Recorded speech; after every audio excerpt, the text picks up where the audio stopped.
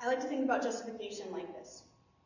When you justify words on a piece of paper, as you type up a document, you move all of the words to one side or the other.